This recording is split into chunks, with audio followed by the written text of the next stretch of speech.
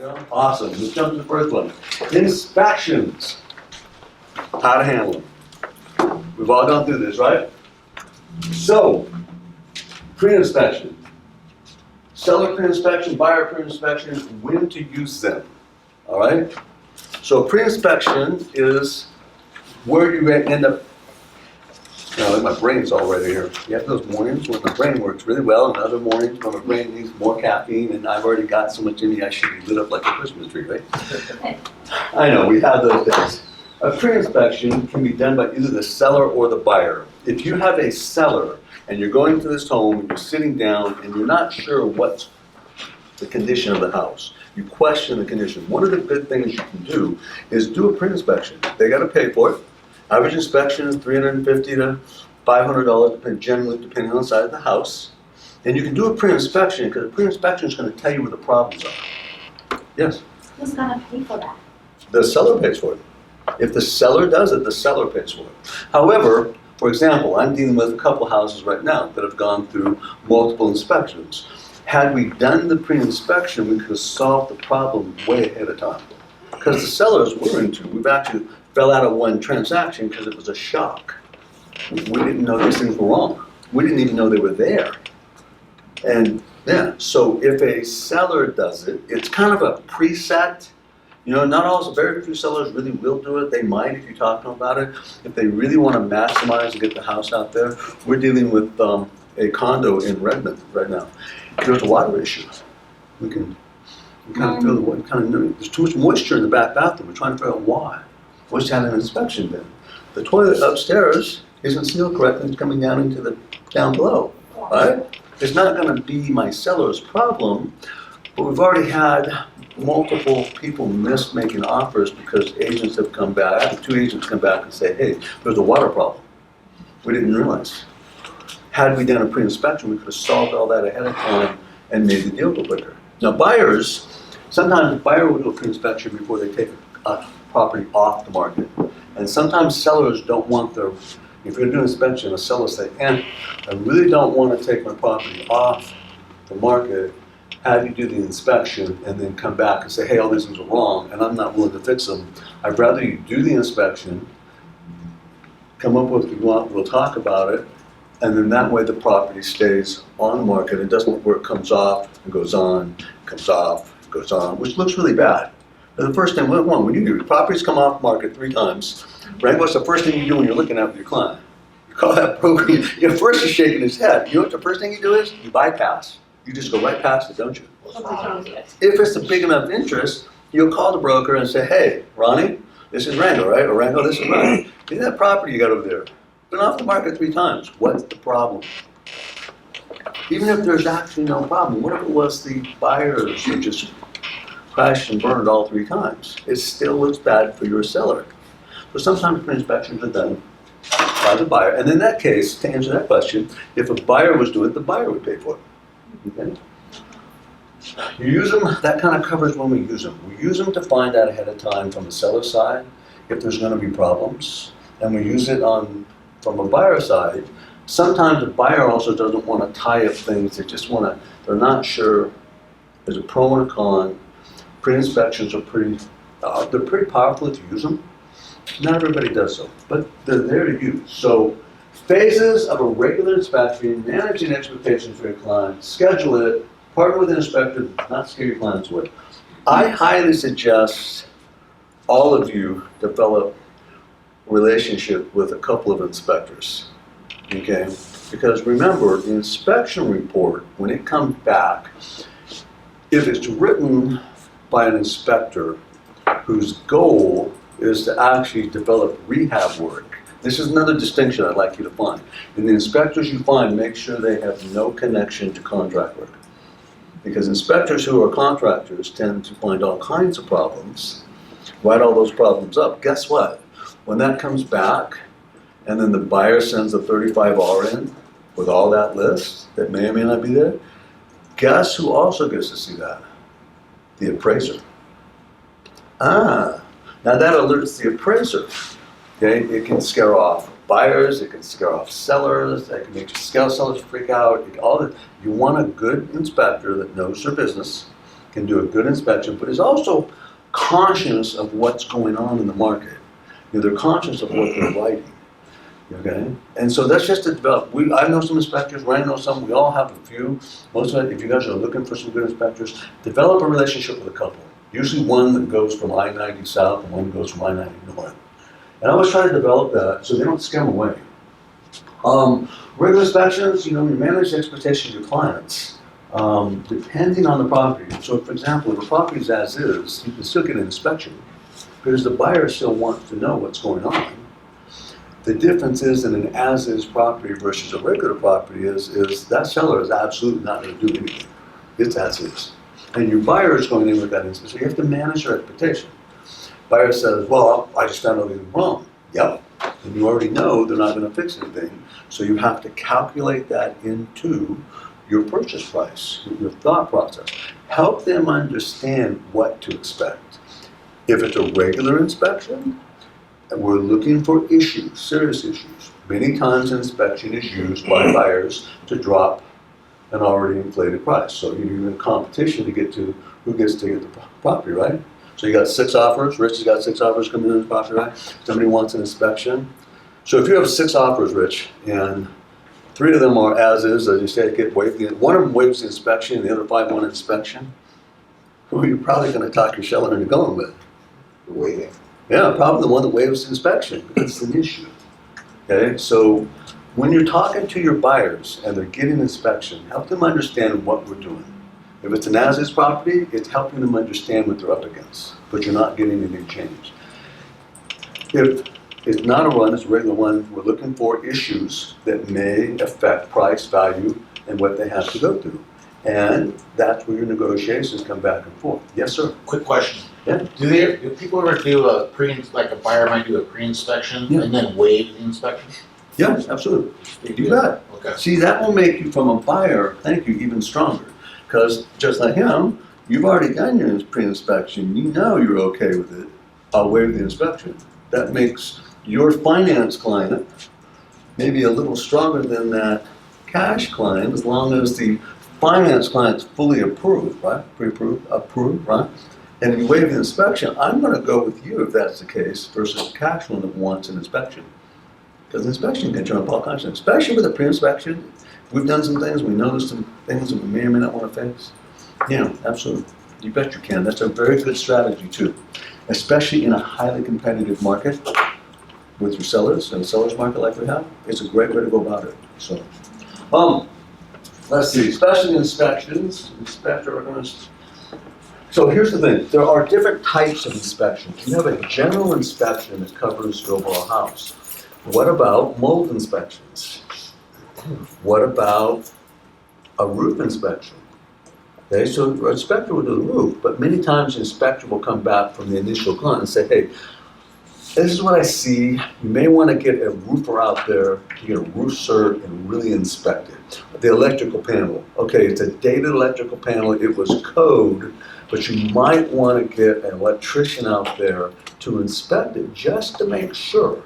So inspection, generally, you have a general inspection, and then from that, there may be 1, 2, 3, 4, 5 different recommendations based off that, which would then mean that your buyer would then be paying for additional inspections. Okay? However, what we're doing is making sure that what they're buying is still going to be standing next month after they close, right? That's what we're doing. California, I had one that inspector come out and in the process figured out that the pool house was not permitted. This is in California. We talked to the buyer. The buyer said, you know what? And this was in Claremont Mesa, Kearney, in central San Diego County. He said, I actually know everybody at the city. He said, I literally know everybody, especially in the building department. They're friends of mine, no problem.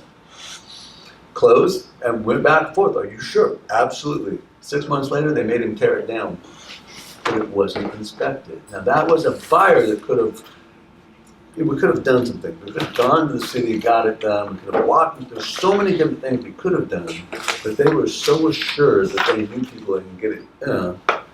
That's what that inspection and that appraisal figured out ahead of time, but it helped them understand. Then they have to make a decision. So you also have other inspections. You might have a mold inspection. You might have a You've got septic inspections, well inspections. If there's a well or septic, okay, you're going to have inspections on those. You can have a pest inspection for termites and other types of things. Mold is a big one. Personally, before I buy anything, if I'm going to live in it, I always get a mold inspection because I understand how damaging mold is and how prevalent it is. Now, here's the thing about mold. All houses have mold. All. Everyone in the entire world, they all have mold. Mold is a standard part of our sleep. There are two main molds that are very damaging to humans, and what you're really looking for, and they call them black molds. It's kind of a misnomer because it's two very specific molds. They happen to both be black, but there's thousands of others that are too. So you're trying to figure out if the mold, in the mold inspection, if any of the known molds that are very damaging to the central nervous system of humans are present or not. Now me, I won't go into a house, I wouldn't rent a house, I literally won't go live in a house unless I had that.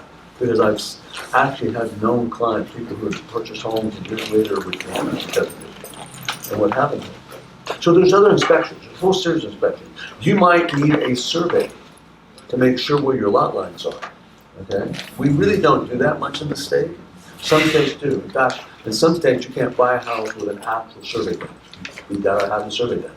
That's why even if you close a $50,000 home, the survey and everything else is an extra $2,000 on top of it. Yeah, you got to have it done. Oklahoma, you can't buy a house without doing a survey every time. Yeah. So different states have different rules, but there are different types of inspections. If you ever have a question about where to use them, how to use them, what to do, to by all means grab us. Okay? I mean, it's a big piece, and it really helps your client understand what they're up against. Okay? There's a lot of things that may or may not work. Wells are another one. You know, wells when you own a well. How many of you ever lived in a house where you had your own well? No? Okay. You really want the health department out there at least once a year. Just test your water. You do. Remember, all this stuff comes to the ground. Technically, it's got an aqua filter, it's supposed to filter everything out, but who knows what manufacturing concern 500 miles away is pouring something into the ground, you don't know about it, it seeps into your, and it will go right into your wet water. So you really want to get those things checked. Last thing you want to do is poison your kids and yourself, right? That's what we do. Our job is to help our buyer as far as is necessary. Cover the necessary pieces so that they make a good decision. So this is part of what inspections are for. Okay, setting up the SR, setting up the 35R to only say what the seller agrees to or discount money off the home so it will be clean and the appraiser won't red flag those repair items. Sometimes when you're writing your 35R, or when you, get one back, remember the appraiser is going to look at that inspection report. And if they write this incorrectly or you write this incorrectly, this is damaged and this needs fixed. It may not be. It may be code for all you know. I've got an inspection right now in Bonnie Lake that wants an electrical panel replaced. It's a good electrical panel. Now, it's a dated one and they no longer use them and they can possibly cause an issue. However, there are tens of thousands of homes all over this county that have them and they're fine. So the way it was written on 35R, called the broker up and said, look, you're stating X and that's not true. If you can redo this, resend them 35R and state it this way, it won't red flag the appraiser. And he agreed. He said, oh my gosh, no, that makes sense. Because the last thing he wants is to agree on it and then the appraiser comes back and says, no, it's got to be done. Because if he agreed, then it comes out of his pocket. There's a lot of things. So when you're writing a 35R, you want to think about the fact that that appraiser is going to see it. They are. And if it's serious, they'll red flag because they look at that. They look at the whole contract. Because appraiser generally is appraising based on your contract.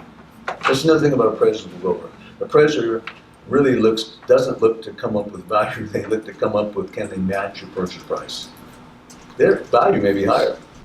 They may be, but you won't get a higher appraiser most times because they really just want to match the purchase price, causing those hassles. So when you're writing your 35R, you're dealing with it. Or when you get it back, if there's something on there that you think, this isn't completely true. For example, the roof is terrible mess, there's leaks everywhere. I have a 5-year roof cert. That roof, I have a roofing company that says this roof is fine, and we'll back it up for 5 years. So you might want to go back, because sometimes people just want that. I want a new roof is what they're trying to get. I want the price to come down $10,000, even though I bid it higher. There's a lot. So you just need to talk to people. Just remember, whatever you write on that 35R is going to show up to that appraiser unless you did the appraisal first. Yeah? And if you did the appraisal first, there's no 35R. Right? Keep it in mind. Timelines of the initial inspection response from the buyer to the seller and then from the buyer. So what's your timeline? Generally speaking, in a timeline for inspections, you can put an actual date on it. It tends to be 3 days. Okay, that's the general time you have to about. Our particular documentation in this state, now some states is very specifically spelled out. In this state, it's not. Okay? It's just really not. Just generally think on this line. You got 3 days to respond. What happens, by the way, now can everybody tell me response times? So if it's 5 days or less, do Saturdays and Sundays and holidays count? No. No, they don't. If it's 6 days or more, other than national holidays, it all counts, right? So you would have, for example, I don't know, 4th of July. That's not counting regardless, but 5 days or less, Saturdays, Sundays don't count. So I just had an inspection and come back. We responded. They sent it on a Saturday. We actually responded on Monday. Okay, so they're like, okay, give us a couple days to get back. We just got to go through some things. But Saturday, Sunday didn't count. It did help me set it up, though. Okay, it did help me set it up. So we had, it gives you extra time sometimes. So at closing, the final walkthrough. So here's probably where I want to put the most emphasis on this piece. Not the rest of this isn't important. On your final walkthrough, I try personally to schedule my walkthroughs 5 days in advance of closing at least, and sometimes as much as 10. Why would I do that? Well, what if the seller hasn't fixed what they said they're going to fix? You want to delay the closing? Okay. What if they fixed it and you wanted it done by a licensed contractor and there is no licensed contractor, it was done by handyman? If you're 2 days before the closing, you're going to be, especially if it's something serious. For example, this gentleman that we were doing in Bonnie Lake, he had a roofer come out and offer to replace the entire roof for $9,000, but no warranty.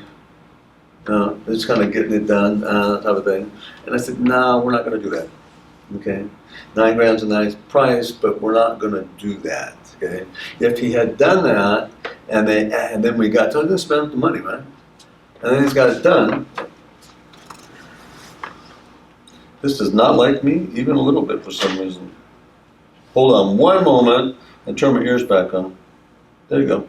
So, what if he spent $9,000, got the roofer out there, had it done, and it turns out to be a handyman or a roofer on the side, because people do this on the side a lot. And then the buyer comes back and wants, okay, who's the roofer? Oh, well, it's such and such. Licensed, bonded, insured. Where's the information? Oh, we don't have it. I don't want the house. See what I'm saying? I want it done. So you need time. When you do your final walkthroughs, always try to be at least 5 days ahead of the close. At least. If you can get it a little farther out, do. Mainly because you want to make sure that everything was done correctly, according to what your buyer wanted. And it's the same thing. I will tell people on the final walkthrough, look, if you can, and let's do the walkthrough a little earlier, just to make sure your buyer looks at everything we did and it's signed off. And it just helps in the negotiation. It helps in the process of getting it closed. Okay? Critical piece. It really is. And so your final walkthrough, so what do you do? What do you do if you get there and it's not done? Buyer really wants property. Seller says they'll do it. Closing's on the 8th. What's the date? 22nd? Yes. Yeah, closing's next Tuesday. Right? Is it next Tuesday? Next Tuesday. Today is Wednesday. Do your final walkthrough, and it's not done. Yeah, so you gotta pick up the phone, and you gotta get on the phone to that broker. Say, what's going on here? Okay, what's going on? You guys agreed to do this. Now, if you're seller, let's go to the extreme. This has I've only had to do this twice in my whole career, okay? My buyer wanted a house, seller agreed to do something, didn't do it, and we sued for performance. Yeah, you can sue for performance. You can. Your buyer goes in to buy a property, gets all the way down to closing, and the seller refuses to sign the documents, changes their mind, and doesn't want to sell. Full price offer, full everything, everything's gone right through. What's your buyer's options? If they really want the house, you can sue for performance because you have fulfilled your contractual obligations. And this is something everybody kind of doesn't understand sometimes, buyers and sellers. When you sign that paperwork, that's a contract. Okay? Now we get, for example, listings. We let people out of listings all the time because we're nice guys, right? Mainly it's because it's too big a pain in the back end to deal with a seller. It really is. Some sellers you just want to fire. Now I know none of you have ever had anybody like that, right? That you just want to fire, right, Rich? Never. So, for example, what happens with a seller if $1 million listing, cash offer, $1 million comes in, blah, blah, blah, get right down to the closing, you've done all this work, all this stuff, and your seller says, I don't want to sell. Buyer says, okay, I'm good with that, I'll go buy a different house. You don't get paid, right? If you bring a full price offer according to the listing contract, they're actually obligated to pay you whether they close or not. Then it comes down to what your broker wants to do. Okay? You can sue for commission, and you will get it every time. Now, people say, well, that gives you a bad reputation. To me, it doesn't. To me, it gives me a very business reputation. I will take great care of you, but if you screw this up, you are going to pay me. Okay? It's setting the precedence in the beginning of what you're doing. Okay? It's the same thing with what you're doing. You get here, and things are not complete. Things aren't done. I gotta make sure I stay on time here. But I have a timeline here. Things are not done. Things aren't done correctly. Then you've got to go back and file a form and send over the forms, necessary forms to say, you need to finish the job. I start with conversation. I do. I start with conversation. I call up Rich, say, Rich, talk to me, man, what's going on? Oh man, because you will, come on. All of you have had a seller or a buyer that was a pain, right? You gotta protect your buyer, you gotta protect your seller, but they are a pain. They are just out there in losing land, they are so far out, they have no idea, they really shouldn't even be in the market, but they are your client, and they are working with you. Remember, the client is not always right. They are still, however, the client. Right or wrong, they're still the client. You gotta take care of them. Sometimes you gotta educate them, you gotta show them some things. Things aren't done, I always start with verbal. Pick up the phone, call Rich, say, Rich, what's going on? Let him vent, tell me how insane his client is, and we will sometimes. We'll talk back and forth. You've done it many times. You've all done it. You talk to a client or another broker, and they'll talk to you. Usually the ones who've been in the business longer than 10 years will talk to you. They really will. They'll just talk back and forth. If it's not done correctly, then you need to file the correct forms, and don't ask what it is off the top of my head because I don't have enough caffeine in my brain. It's not working very well right now. But it's in the MLS, and I will email you what form you will use so that we can fulfill this obligation here. But this is the process. Call them, say, what are we doing? File the correct forms, start the process. Always have a paper trail. I'm going to shift subject slightly. This is why you want a paper trail. Just like the new commission structure, okay, where you've got the buyer and the seller side now being shown and disclosed to everybody. It can now be negotiated. The seller can choose to or choose not to pay a commission to the buyer side. There's all these new things. This is going to, and if you have gone through the MLS's little video and their little basic questions on it, one of the things they're emphasizing heavily now is that this is now a great opportunity for all of us to start using buyer broker representation agreements. Okay? Yeah. All right, now by the way, this is the only state. Now I'm not going to love it. that this is the only state I've ever been in or done business in where the brokers, the majority, do not use buyer broker representations. In California, I won't even walk out the door with you. I won't show you anything. I have no problem with Fairway Mortgage. Buyer broker, I represent you. I am getting paid one way or the other for doing this work. Now she's got this confused look. Yeah. Why? Why waste your time? And it's a waste. How many of you have gone out with buyers, worked with buyers, spent all kinds of time with buyers, and had them eventually go off and sign with somebody else? Okay? Yeah. Buyer broker representation agreement, you would have gotten paid. Okay? I have a client in California. I'm in North County, San Diego, closings in Murrieta, which is 35, 40 minutes away depending on traffic. Gets to the closing, I'm not there, I just never go to closing. No, gets up and walks out the door and then won't take my calls. 45 days later, now mind you, we're doing their loan and we're doing the purchase. 45 days later, a person in the title company calls me and says, Ronnie, because I've done a lot of business, says, Ronnie, you're that client of yours? I said, yeah. They're in here purchasing the house again using the listing broker as their buyer. Yeah, as their buyer broker. The listing agent got in there and said, hey, if you'll cancel, I'll do this for you. They canceled, walked, he took them back and was trying to get it through. Because this is an interesting business. There will be people who will lie, cheat, and steal around the clock here. You gotta protect yourself, right? No problem. Guess what? I have a buyer broker agreement. Yeah. Mine are really brutal. Mine says for 2 years in any place in the state of California, you buy anything, you're paying me 3%. That's how I would write mine up. They're that big. Right? Boom, right? Called up the broker, main broker, managing broker of the company and said, hi, you have this closing going on later today. I have a buyer broker agreement with them. I'm expecting that check within 24 hours or I will file against you and go after your license. Screaming, yelling, words that even maybe my mom might not have said. My mom's got a pretty good mouth, right? Yeah. And then when you got all down and saying, yeah, I just said, no problem. You know what you need to do and hung the phone up. Yeah. 3 days later, I had a check. You know what I lost though? I lost the commission on the mortgage. Yeah. Yeah. So, what happens if things are done incorrectly? We start with phone calls and we start with the paperwork. And the reason we keep the paperwork trail is to enforce the legal structures, the legal, both obligations and legal rights to your client, whether they're buyer or seller. And that's why we do paper trails. And the new shift in commissions, all of you are going to start, I promise you'll start utilizing over the next little bit, you'll start utilizing a buyer broker agreement. The one they provide here is the weakest one I've ever seen in my life in any state. It is. I'm talking to Rango about what we can do possibly from legal structures, because you don't have to necessarily use what's on the MLS.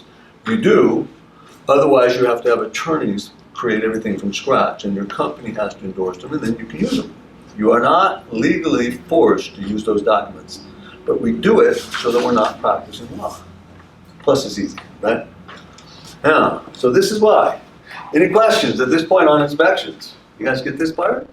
Find out what's wrong, maybe ahead of time, maybe after. Once you figure out if there's problems, how you write that 35R and what you state is generally going to show up in the face of that appraiser. So not only are you trying to solve the problem here, but you're trying not to create another problem over here. Okay, that's a recap on this. Like I said, you write it incorrectly or in a manner that makes that appraiser go and snoop deeper than they normally would, they may flag it and say, no, you got to fix this. Even though you and the buyer came up with, we're good with it, the lender may not allow it. Right, Sheila? Yes. Yeah, underwriter may say, I want that done. There are obligations. You have depending on its FHA or VA, you need a vapor barrier underneath the house. You guys know that? 6 mil piece of plastic. Spread out, rocks in the corner, hold it down, lay on it. That's all it is, right? If they crawl under there and see that that's not there, they'll tell you, the inspector will tell you. The appraiser generally does not crawl underneath that house. They look, it looks fine. They see it on half of it, can't quite see it, it's fine. Your inspector states it's not there, and your buyer and seller, we don't care, we're good with that, I'll handle it later. You write that up and put that in there, your appraiser is going to say, oh, paper is gone. You must do it now. How you write your 35 Rs are going to dictate whether you cause problems in the future or not. Just remember that. And at the end, if you get there and it's not done right, start with a phone call, figure out what's going on, and then if they say, oh no, we're just behind, we're definitely going to have it done by here, you schedule another walkthrough, how much time? You walk in 2 days later, it's not done, you file the forms. That's what you must keep a paper trail. Paper trail is how, by the way, you know why you keep that paper trail? Besides wanting to get paid in closing? You really know why? Because in 5 years from now, and it'll be 5 years from now, okay, when something goes wrong and somebody gets an attorney, they're going to go back through. And you know what attorneys really are looking for? What they understand? 98% of the planet is horrible at keeping paperwork.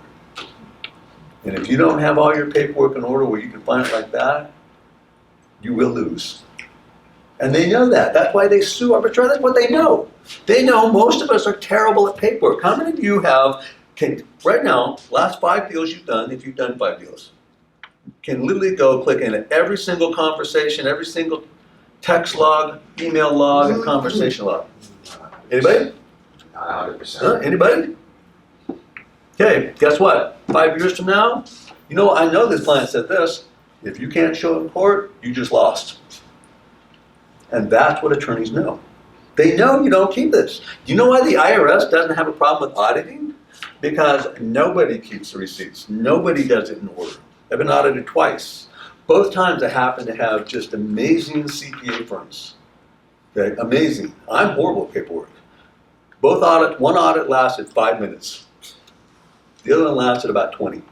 I think the poor guy felt he just needed to sit there and go through it. Walked in, it's in order. I mean, those guys are the most entertaining things I've ever seen in my life. What do you want to know? Every receipt, everything, every book, everything was in order because I hired them and I paid them to do that. That's why they cost me half again as much as any other CPA firm. But if I ever got audited, seriously, first audit, they walked in, laid out everything for the audited lady, and she just kind of said, they walked out, and she came out a minute later and I said, okay, I'm done. Everything's in fine. And walked out the door. Because they had the paper. I don't. You don't. You know, Jose's in the back. You don't got this stuff, do you?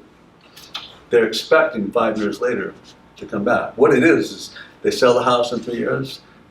The next guy, the guy that you bought, uses somebody else or uses you, it gets sold. They sell it to the next person. Somebody screws somebody down the road. And those attorneys will go back the last 10 transactions, and they'll blanket sue everybody. Because if you can't show up with proper documentation, they will win every time. Keep paperwork. That's why we do this. Keep paperwork. Make sense? Everybody got that? That's a good understanding. It's just a simple thing. Get in the habit of keeping your paperwork in proper order. So, let's jump to the next one. Ooh, come on. I'm unprecedented. Appraisals. Okay? To close or not to close? That will be the question. How many of you are terrified of your appraisal? Come on, anybody have a little fear of appraisals? Come on, you should have it. Yeah, promote these. Okay? Yeah, come on. First question. Are you on the buyer side or the seller side? So an appraisal, the way the appraisal looks on the buyer side is this. Am I getting a good value? That's probably question one. Question two for most buyers is, can I get this house? Honestly, most buyers, especially they really want this house. You guys have all been out with buyers, been through 5, 10, 15 different offers. They get to this house, oh my gosh, it's the perfect house. Oh my gosh, you're in mutual. Now the stress sets in. Okay, let's hope nothing's wrong. Do the inspection. Wow, everything's good. Appraiser comes back. What if you're short? You're not getting this house. How many offers have you made? 15 different houses. Becomes a stress. That's how buyers are looking at this. Am I getting a good value? Will my lender close? The seller on the other side is wondering the same thing. From their side on an appraisal, what if we're short? Bonnie Lake, Memorial Day. I did that house there. 52 showings in 72 hours, 14 offers. I got down to the last 5. All of them waived the inspections. 2 of them came in with one with an extra $5,000, one with an extra $10,000 if the appraisal was short. They had in reserve and were okay if the house was $10,000 short. They would make up the difference. One was $5,000. Guess who we went with? The one that was $10,000 short, because he had the money, and we knew if there was going to be an issue, they wanted the house, right? So from the seller side, that was the safest bet. Get this, the appraisal was $1,000 short. That's all. Now what if it hadn't been? That's the question. Then you have 2 choices. Either the buyer has to come in with an extra $1,000, or the seller has to come down $1,000. Is your seller ready? Do they understand this? Remember, you and I do not get to tell the seller what their house will sell for. Unfortunately, neither do they. The market's going to tell us. It's always you and the seller against the market. It's not you against the seller with other brokers. That's not what it is. I'm taking my expertise with you and helping you go to market. So you need to help your sellers understand some of the issues. If the appraisal, we want it to be 500. You want 500. That's won't take a penny less. So Rich, you and I are working, you need 500. Rich, I gotta ask you a question. What if it appraises for less than 500? Let's just. You'll have to drop the price. What's that? You're gonna have to. Yeah, well, but see, if he and I are talking and he's my seller, I need to help manage his understanding. I need to give him the understanding. Okay, you're taking, all right, you have to drop the price. Well, what if they're not ready for that? What if you want a big shock? You guys know that one, right? You got to go present this to your seller, and you know your seller absolutely wants his price. It's 5,000 short on the appraisal. What's happening? Yeah.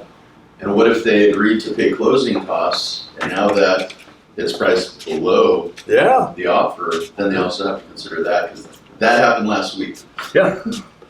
I had to Okay, deal let with me it. ask you a question. Beforehand, Wow. did you talk, are you on the seller side, right?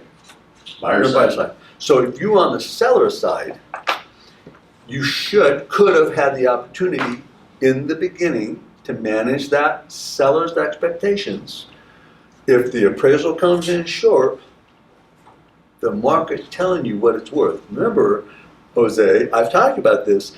I don't get to tell you what your house is going to sell for, right? Unfortunately, neither do you, right? Who's telling us? Market. The market. So if the market comes back and the appraisal says, you got to deal with it.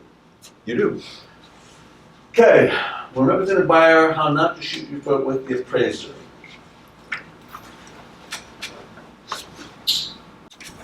Too many items on the 35R is a red flag. If they come back and give you 47 different things,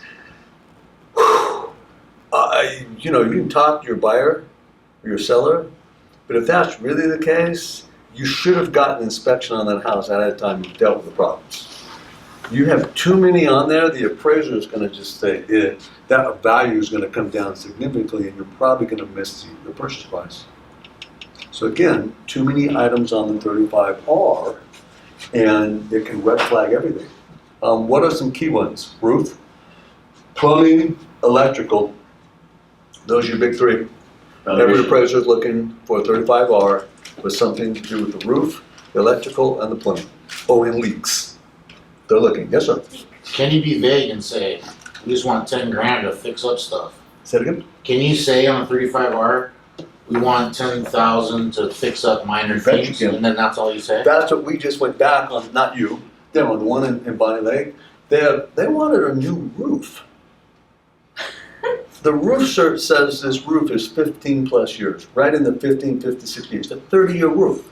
Or even if it's at 25, there's still 9 years left, right? Well, we want a new roof. No. So what we responded, the opposite side was, we'll give you 10,000 in closing and you just deal with everything.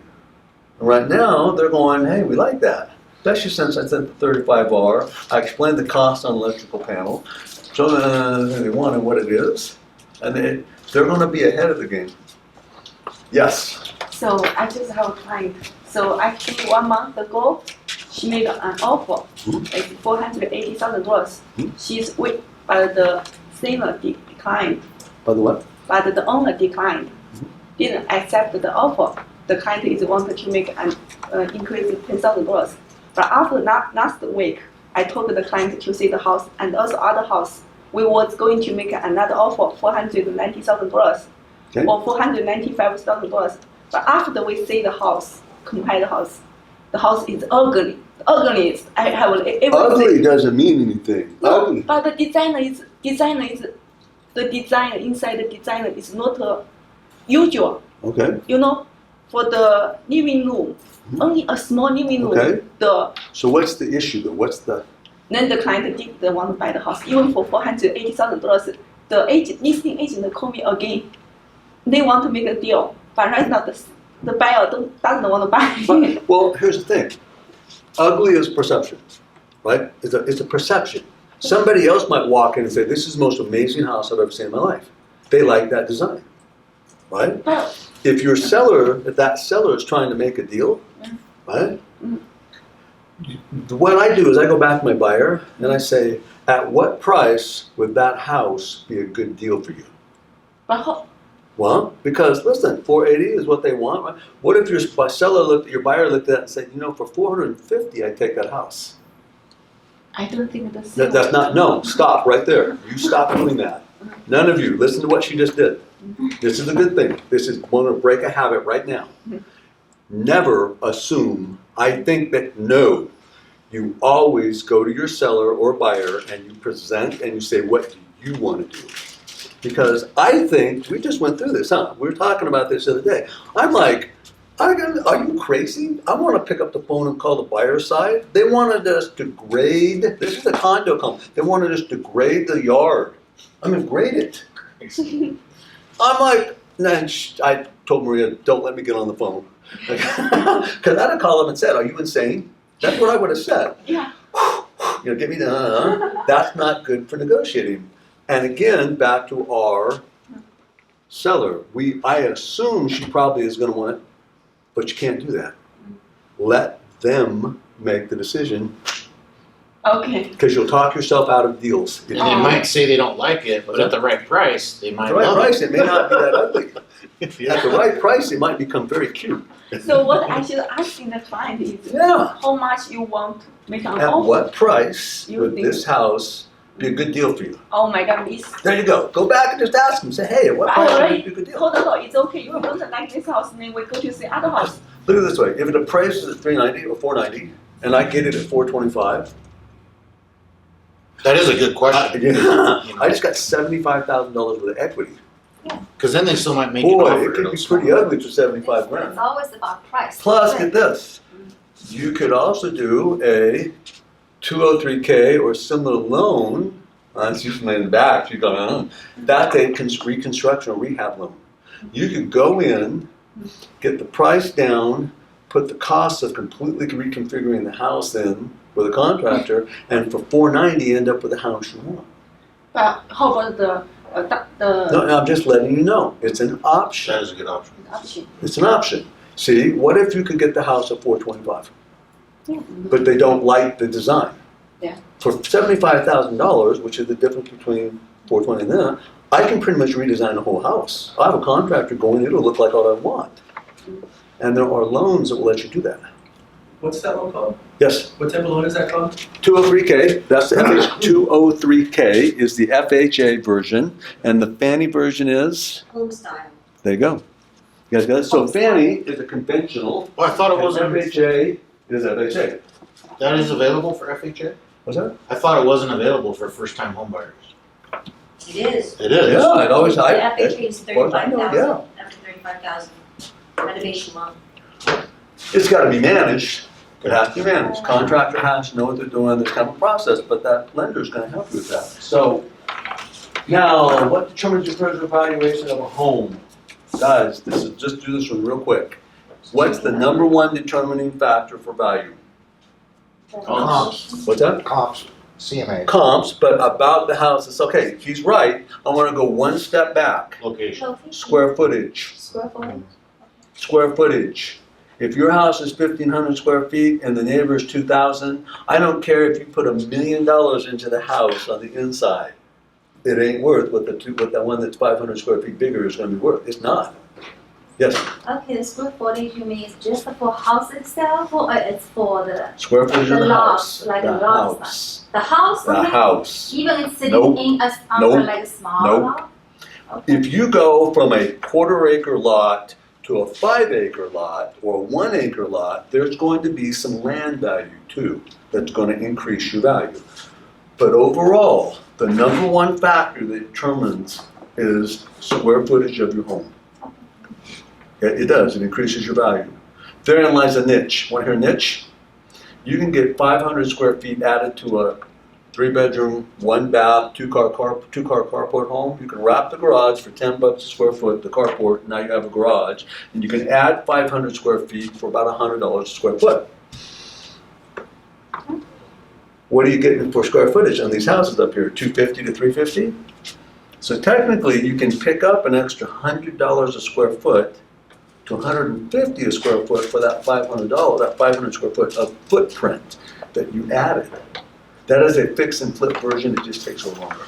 It's a very good niche. And if you really want to know how to do it, I'll show you. Last thing, what did you want a low appraisal on the buyer's side or seller side? Pick up the phone and start talking, file the form, Make it see who wants to do what side. Yes, sir. If you get, because I'm on the listing side, but the buyers the lender was in California. They used an appraiser from California, so in Everett, they were doing comps.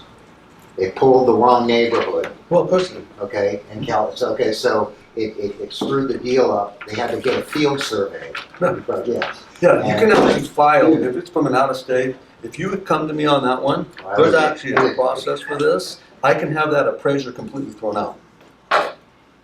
Because he's But it out of costs, but I think they charge the buyer again for a second review. Possibly, there's a process for this. Yeah, come and talk, next time that happens, you come talk. I ain't gonna. He's not wanting to happen I again. can't. Okay, guys, No. we're gonna jump. The one Financing, show me the money. Guess who's up? Sheila. We all know Sheila because she came over from the other guys. Our And film. she's gonna cover a What couple we things, do? and right now, Sheila, you have about, you got 15 minutes or so. Sure, There you go. thank you. I'm gonna give you guys something here, but before I start, some of you know who I am, but for those of you that don't, I'm Sheilla Lavadia. Just to tell you a little bit about me, started in the mortgage industry as a loan officer in 2004. During the subprime market, it was very fun. And then when I kind of stopped a little bit in 2012 because I had a baby, took care of her for 4 years, went to California, and just stayed at home with her. And when she's ready to go to school, and she turned 4 or 3.5, I went back to work. So I started again in 2016 January, and boy oh boy, it's so different. Like everything just changed in a matter of 4 years. But you know, as everybody knows, everything here in this industry, it changes almost every day. And so it's just amazing though to be in this industry. And I put something together for you guys. Just something for your buyers and your sellers to expect, and even for you guys, because I have a lot of agents calling saying, hey, what's the next step? What do we do next? What's happening here and there? So I thought I'd put something together so that you can prepare your sellers, or I'm sorry, the buyers especially, on what to do when there's a contract, or even before you get into the contract. So the first one is this. Go ahead and pass it out. I'm gonna pass all this around too. Oh, okay. Okay, but I'll pass it on. Okay, so I put together a list of documents that your borrowers need or your clients need. Basic information like the 30 days pay stub, 2 years W-2s, 2 years personal tax return, and all schedules, and then most to where do you want Always watching. Thank you. And if they're self-employed, I definitely need the company's 2 years tax return as well, especially if they own that company. And if they're using the 100% financing, we need the inspection receipt only. I do not want to see, or the lenders, I don't want to see the report because that can open another can of worms, right? So just the receipt for the 100% financing. And then documents they may need to submit if it applies, like the child support documents, permanent resident card, bankruptcy discharge document, divorce decree, so those are the basic needs. And then I added these 3. Money that are due, that will come out of their pocket. I don't know if I wrote it right, but these are things that a lot of the buyers are always asking me whenever they get into contract. This is after they get into contract. I always, because I do the home buyers education, and I always tell them, prepare 3 things before you start looking for a home. First is earnest money, typically 1% of the purchase price. It is refundable. It'll go back to you if the deal doesn't go through. But there are 2 non-refundable fees that are going to come out of your pocket. And sorry, you can't get it back. It's just the cost of buying a house. First is inspection fee, which is typically $500, right? And appraisal fee, which is around $750 to $900, depending on if there's a rush fee or whatnot. So appraisal fee is a third party. So, I mean, it's not the lender that charges it, it's the appraiser. So we typically have to charge that to the buyer, whether the deal goes through or not, as long as the appraisal is ordered. Okay, so keep that in mind. And then what happens, I'm hoping that you guys can share this with the, thank you, with your buyers, the do's and don'ts. So this is kind of like my Bible, I would say. Because some of these are basic, but trust me, I'll tell you some stories on why I wrote these. Do return documents quickly, and the reason for that, is because if they don't return documents to us on time, that may delay closing. So a lot of the times we get blamed for not closing on time, mainly because borrowers don't return documents on time. So this is a tag team between you and your lenders. Just kind of work with the buyers, like, hey, do return the documents on time. For me, I tend to ask all of these up front, and sometimes the underwriter will ask for more documents, and that's when I go back to the buyers and ask for more. But it's always good to return documents on time. Don't close any credit card accounts, and wait until your loan is closed. And the reason for that, it may lower the credit score, or at the end, before they fund the loan, we pull a soft pull on the credit to see if there's any new open accounts, if the debt to income ratio changed. We always do that before we send the Right before closing.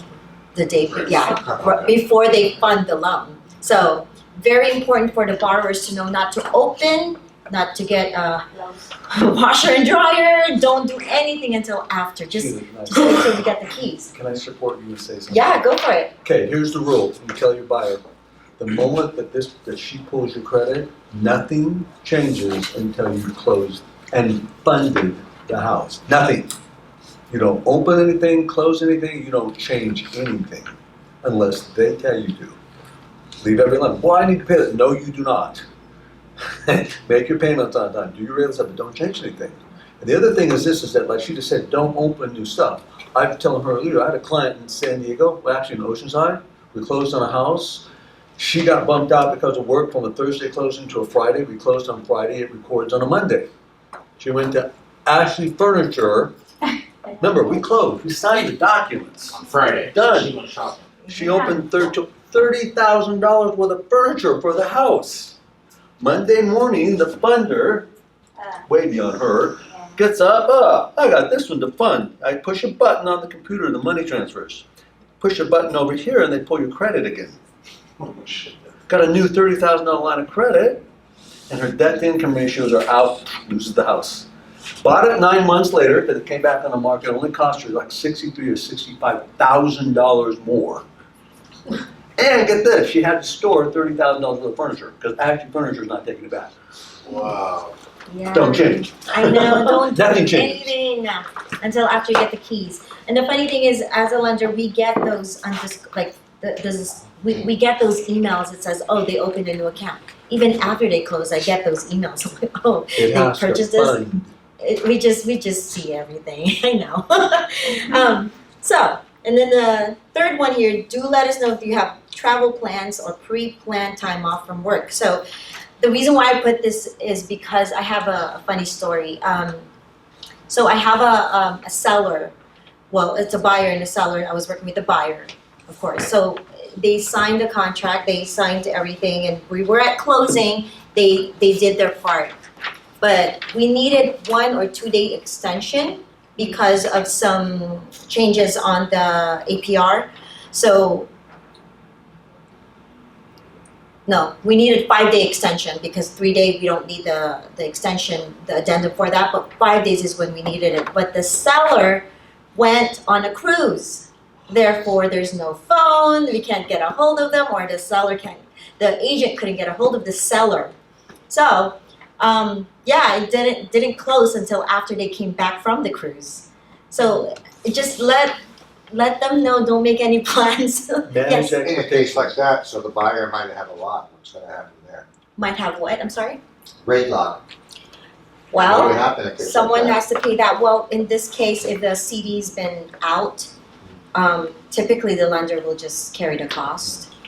But sometimes we have to add it, but What cost? Which- Something with the rate? it's the rate. So the rate is only good for the next, like, let's say if we Couple days. lock it on 15 days or 30 days, and So if if it it's changes. past that, Yeah. someone has to pay that eighth of a point, Mm. and sometimes we just carry it, or the Okay. lender. I just do it just for the sake of, yeah. Or in some cases, I've seen it where they actually, they had a case up in Arlington, they wanted, my buyer to split it with the seller. Yeah, that It's can always happen their too. fault. Absolutely. Yep. Yeah, that definitely can happen, but just for the sake of time, sometimes some lenders like You don't wanna me, go there. I just like, you know what? The branch just pays it. It's only $3. I mean, $300, or $500. Yeah. Oh. Okay. And then the money. Please talk to your buyers about this. Don't move your money around without a paper trail, because anything earnest money or anything like that has to be sourced, no matter what, even if it's a gift. Okay. Don't skip a payment. Don't buy a new car. Trust me, there are some buyers that buy cars during the So they can't pull 10 grand from under the mattress. It needs to be It has to be seasoned for the Something. next 60 days. Wait. just good, because a lot of people save money at their house or Yes, save. cash, so you still can purchase. I always like checking in with the buyer weekly or more than weekly and remind them, hey, please don't buy anything, please don't open up any new accounts. Even though you're not going to choose your furniture today, please don't open up any accounts, because somehow from that first meeting to 2 weeks after, they forget. Yep. Remind them, because I've had that happen 2 times this year. Because they're excited and Yeah, you forget. they love the fact they're, gonna put new furniture, but they need Yeah. reminding. Good point.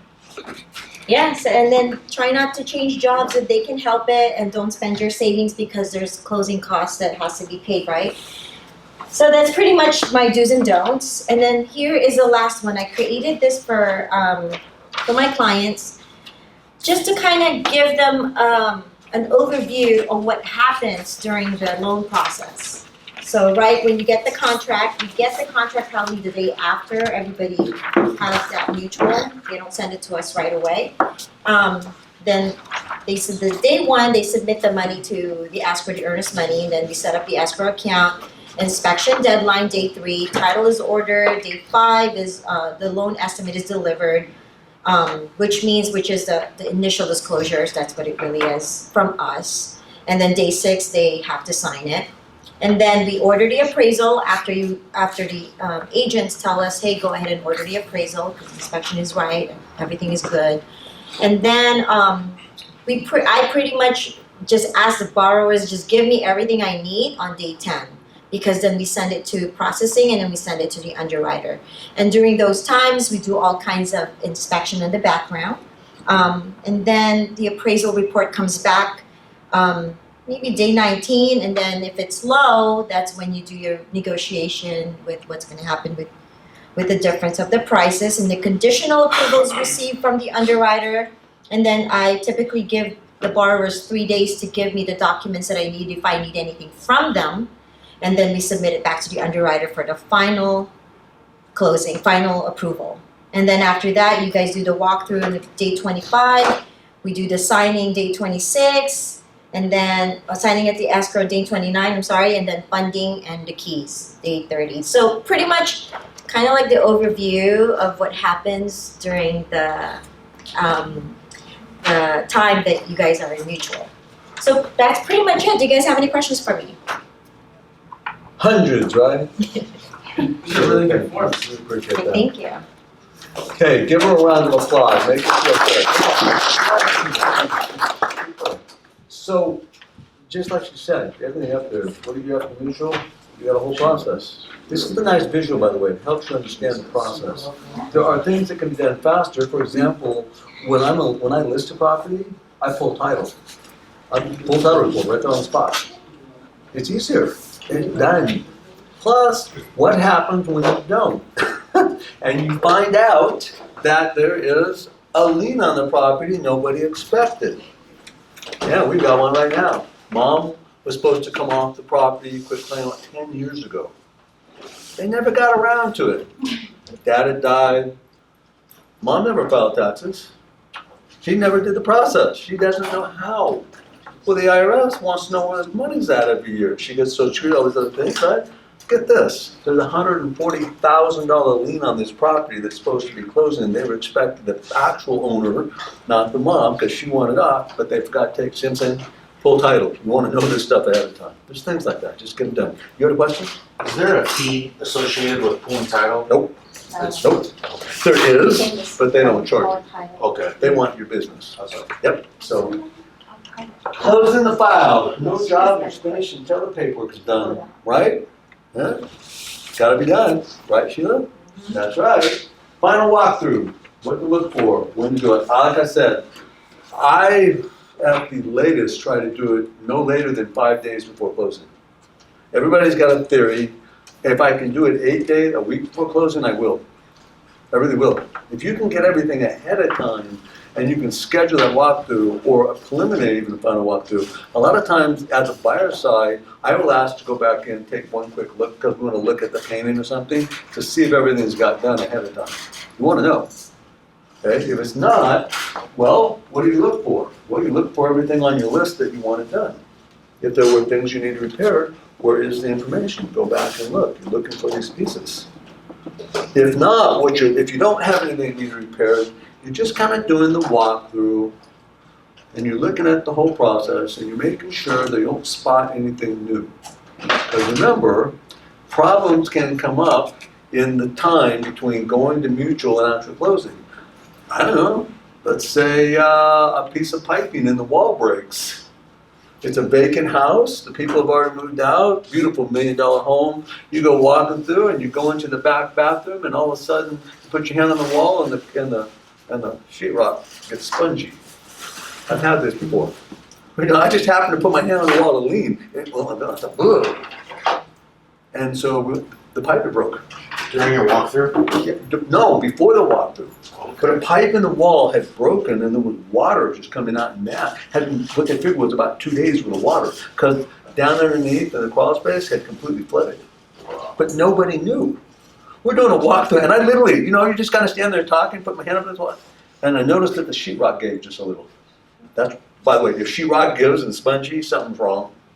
So that you're looking for things. Yes? I have a question about walkthrough. So if you schedule walkthrough days before your closing, what No, if? it's always before the closing. Okay, so do you schedule ask for another walkthrough the day before closing? Because between those days, things could If happen. everything's not done, but if it's done, it's done. But between those things, you will have like 4 or 5 days left. Maybe That's up to something you. happens. I'm telling you though, if you get down to the day before and nothing's done, what are you gonna do? Now you got delayed closing. Take your balance. Guys, take your balance. I have had much less problems going 5 days out than the day before. In fact, I've almost never had a problem if I'm 5 days out because we've checked everything. Because here's what happens. And Joyce has got a good point. What happens, well, here you get to 5 days out and some things aren't done. Oh, we're getting to that. Okay, awesome. So how much time do you need? Well, we need 2 more days. Great. We'll schedule on day 2 before the closing, right? Because if you go in on your walkthrough and things are not done correctly, you must do another walkthrough. You've got to make sure that it's done. My question is, if something accidentally happened after walkthrough you look everything good. But if Then the pipe breaks after. Yeah, the pipe breaks Sure. after the walkthrough. Like the water and thing, right? if you never go back to take a look again, so you just close it and Absolutely. you have the house, Yeah. but the house is flooded. Absolutely. What happened? We'd like to do one more walkthrough. It's not your final, but it's up to you. This is up to you. Like I said, there is no set for what you have to do. I find personally, very rarely have I ever had, in fact, other than that one house we just happened in on, and I don't know, maybe one other, maybe, have I ever had a problem doing the inspection, the walkthrough 5 days early. But in that But it's situation, possible. No, it's very possible. that Yeah. situation where you leaned on it, Yeah. do you go back to negotiating? Oh, Or yeah. You have, because Yeah. what if the Well, seller? you know what? They didn't know. They were out of state. Oh, absolutely. You know, I called the broker. I said, "Hey, you got a problem." Boom. They didn't have an inspector. They had a contractor in there literally that afternoon, and Okay, they ripped out the wall, took out everything. It did delay the closing. It delayed the closing But- 10 days. but that's still going back on the seller. Yeah, all bad. Well, yeah, because the seller still owns the house. Yes, okay. Yeah, the seller still owns the house. But if they delay 10 days, then the interest rate locked is expired. It's up to you. Go back in a second time, Joyce. Joyce, Yeah. go another time. But do not wait till the last day, because you'll get in on the last day and things won't be done. And now you are delaying the closing, Okay. you know? And so it's a balance. You guys have to kind of experience and balance. There's no hard rules in some of this. So it's all how you do. So, what if the seller has not made the repairs they promised? We talked about this. Ooh, get this one. What if they're not gonna move out on time? You do a rent back. What's that? You need to do a rent back form. What if your buyer needs to move in? That you gotta get on the phone, start talking. You get on the phone and start talking to them. You need to move out. Please, can we call Let me you? give you the quick answer. This is the quick answer. You went into that problem, you call me and Rango you just immediately call us and say, I have this problem. Okay? You know what to do because you probably went through this a few times. Maybe, maybe not. But call us. You have this problem, you call us. Because essentially what you're doing is you're going to end up having possibly to evict that seller. Yeah. You might have to go through that. Yeah. Stop Here's a eviction. rule. If you're on the seller side, I'm going to give you a hard, fast rule right now. Never let a buyer in to that house for any reason. I don't care if it's rent prior to closing. Well, how about if we just, and my buyer can move in 5 days? No. Absolutely no. Because the moment that person, especially in certain states like this one, and California's worse, Can't you do let that person in and they decide not to close, you will spend the next 1 to 2 years getting them out of that house. Oh. So guess this, you just talked your seller into letting it, oh yeah, it's okay, right? They get in, get this, in California, I can go to the table to close, 100,000 in earnest money, I don't want to do this, and walk, and I will not lose my money. You cannot lose your earnest money in California unless your broker just does not know what they're doing. Yeah, because all you gotta do is just refuse to sign the little document that closes escrow. Just refuse, as a buyer. Now you got an open escrow. Cannot sell the house and cannot refinance that house, period, until that closes. You locked them up. It can take 5 years in California to get them to finally quiet title actually get that closed. Now your house is locked up 5 years, you ain't selling it. Can they do that in Give them Washington? back their earnest money. So what happens if the guy moves in, because you let him in 5 years, it's okay. They bail on it, they get their earnest money back, and it takes you 2 years to evict them. Jeez. Okay, this is a hard rule. Never let a buyer in ahead of time. I've There are no learned exceptions. Okay.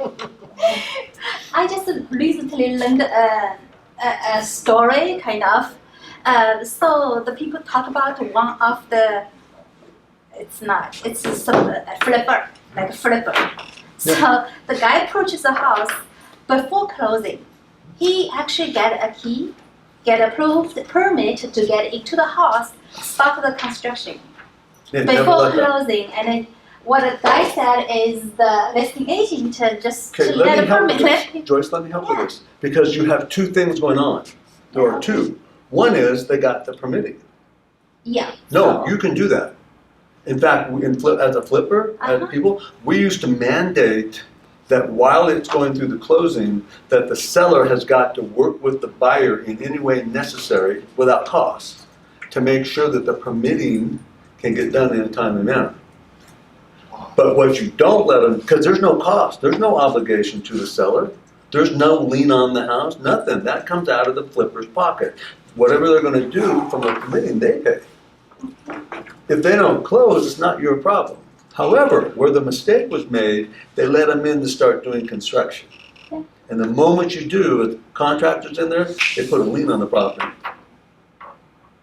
Okay. There's a lien, contractors lien on the property now. You don't ever let them start construction until you close. But you can work with them to get their permitting. Because what that does is this, in Just flipping in permit. California, at the time, the average time on the market right then was 17 days. I mean, you think this place is insane, try 17 days, okay? Stuff's going up 28% per year, 26 per year, right? So we're going in with a 60-day close. It's taken 30 days to design and 30 days to get permits. We're closing, contractor hits the ground running, 30 days later they're done. The day we close, the next day we have renditions, drawings of the new house, and it's relisted for the price we're gonna sell it for. It takes us 30 days to close out, 17 days every time on the market. We were literally flipping houses inside of 45 days from close. Complete return, because of how we structured it. And the problem is this, comes back to her. You have to make the first payment on the mortgage that you get to buy this, or the lender has to buy it back. So a couple of them we flipped so fast that the buyer actually didn't have to make the first mortgage payment. Yeah, pretty cool, huh? They got to flip, yeah. Extra $100,000. We added square footage, everything. Do not let them start the construction before. What if the flipper said, this is my own team, I'm not going to, I don't there's no care. loan, You're no not getting in liens this house. that I put on the. No. Okay. The answer is absolutely concrete, no. No.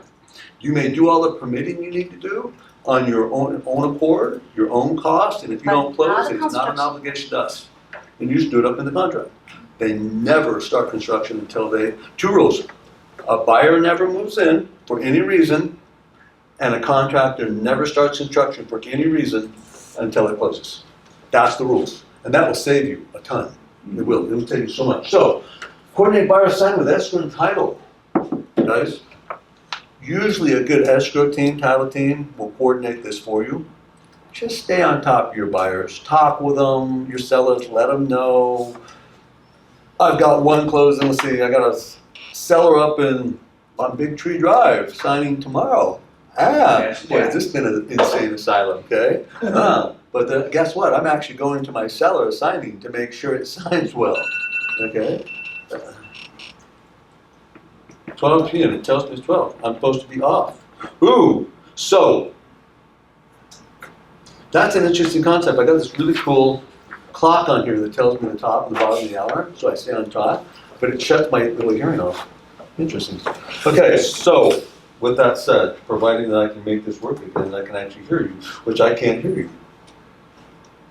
Ta-da! Oh, the traumas I go through.